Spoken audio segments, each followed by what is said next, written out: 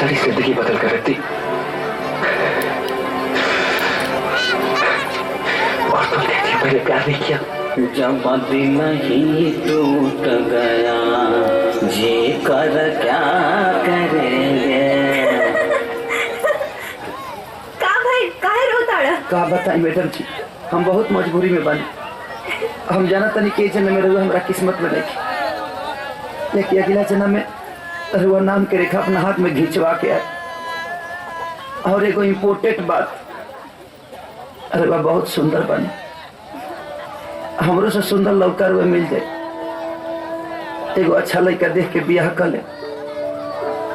और त्रिभुवना ठीक नहीं खेल रहुआ खातिर तू भैंसा लौटबा का भाई, काहे दुखी होता नहीं मैडम जी?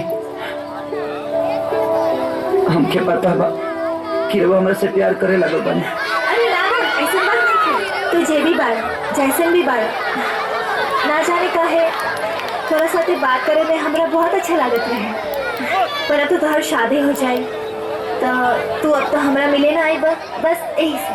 ऐसे कैसे ना मिले? अरे वो जब भी बुला हम वक्त देना चले। चल झूठा, तो शादी के बाद हमरा से मिलबा कि अपने मेहरारू से? मेहरारू तो मजबूरी होली, लेकिन रहुआ तो हमारे पसंद है ना। अच्छा अच्छा, अब बस बहुत हो गई, अब घरे जा जल्दी, ना तब पता चली कि दूल्हा के बगैर ही बारात चल गई। जी मैडम जी, एगो हमार आखिरी इच्छा पूरा कथी तनी हक दीना। का?